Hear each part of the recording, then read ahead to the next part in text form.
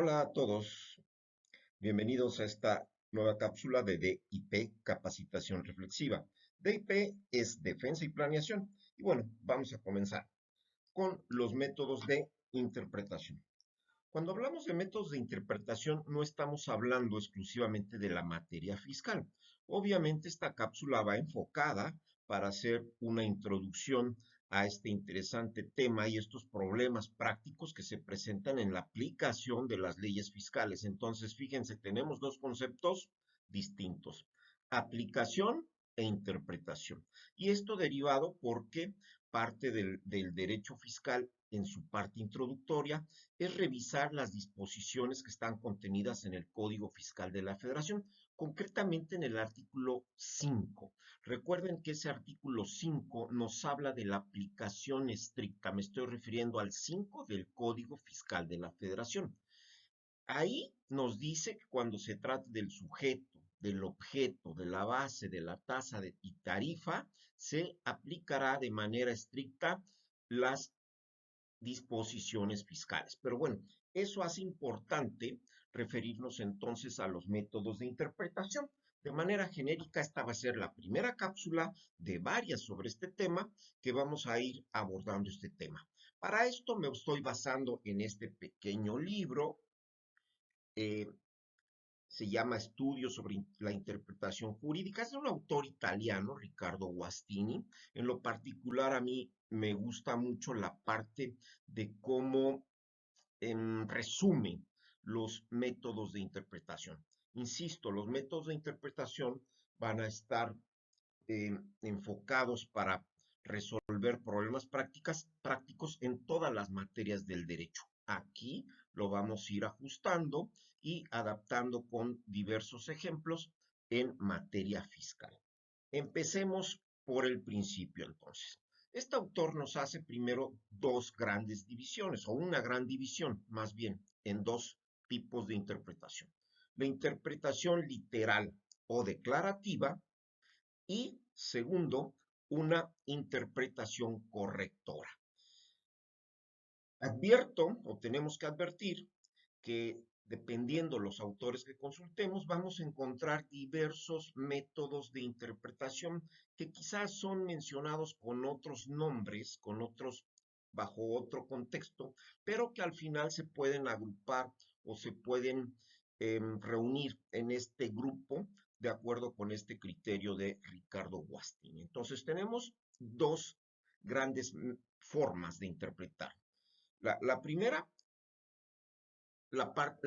atendiendo a la literalidad, es decir, a lo que estamos leyendo. Y aquí vamos a encontrar dos variantes. En sentido estricto, es decir, lo que estamos leyendo no le podemos dar más alcance de lo que la norma no tiene.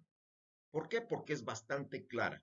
De acuerdo con algunos autores, a esto se le llaman normas jurídicas fáciles o que están ubicadas en zonas de luz, es decir, que fácilmente podemos interpretar de acuerdo con el contexto a donde se aplican cuál es el sentido, cuál es su alcance. Eh, de manera literal, también está la parte de la interpretación en sentido contrario o contrario sensu, es decir, cuando una norma establece una regla y esa regla la interpretamos en sentido contrario para llegar a, a lo que es realmente la intención de la regulación de dicha regla. Más adelante vamos a hacer alusión ya práctica en las siguientes cápsulas de cómo se utiliza esta literalidad en sentido contrario.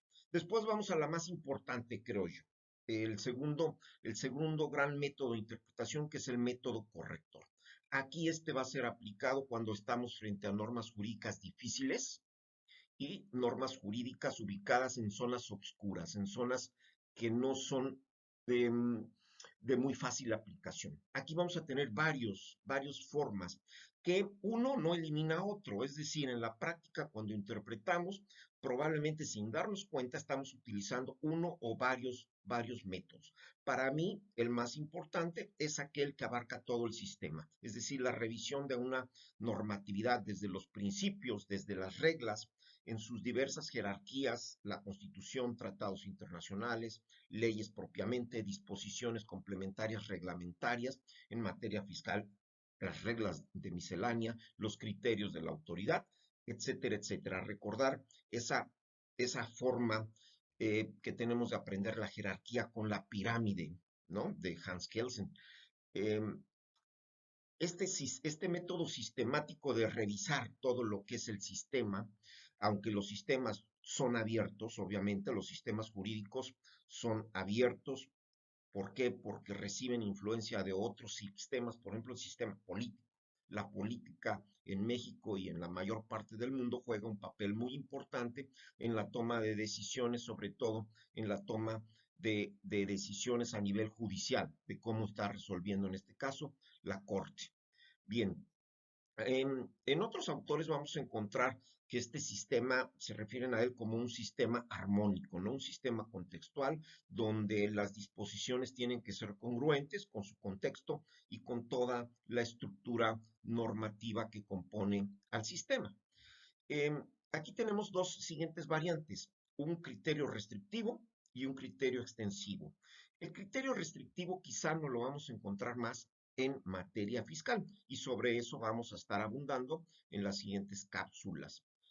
También tenemos una interpretación extensiva, que ahí el ejemplo que resulta más claro es cuando se dispone que si se trata de derechos humanos, a estos se les va a dar un alcance lo más amplio posible en beneficio de las personas. Vamos a abundar también en ejemplos y trataremos de aterrizar todos estos criterios interpretativos en ejemplos prácticos en la materia fiscal. Recuerden que esta es la plática introductoria, un pequeño módulo que vamos a ir presentando también más adelante sobre este tema.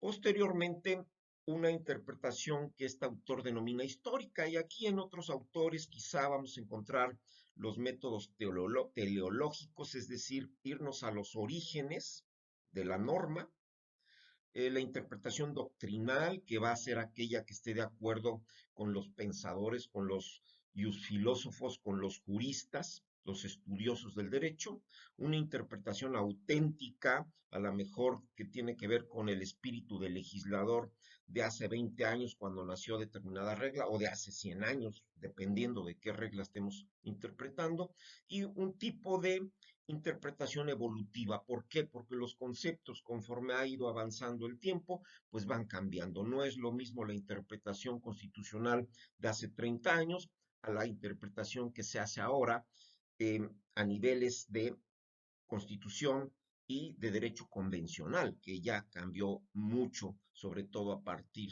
de las reformas a nuestra constitución en el año 2011 en el tema de los derechos humanos. Por último, decir que cualquier interpretación se expresa a través de un discurso. Los argumentos son discursos y estos deben de reunir ciertas características. Entonces vamos a ir avanzando poco a poco en estos temas de los métodos de interpretación. Hasta aquí se los dejo de tarea. Recuerden, hay que revisar siempre la parte doctrinal, Ricardo Guastini, Estudios sobre la Interpretación Jurídica, que es el libro que les estoy recomendando para este tema. Muy bien, muchísimas gracias. Y como siempre, repetimos, se los dejo de tarea. Hasta luego.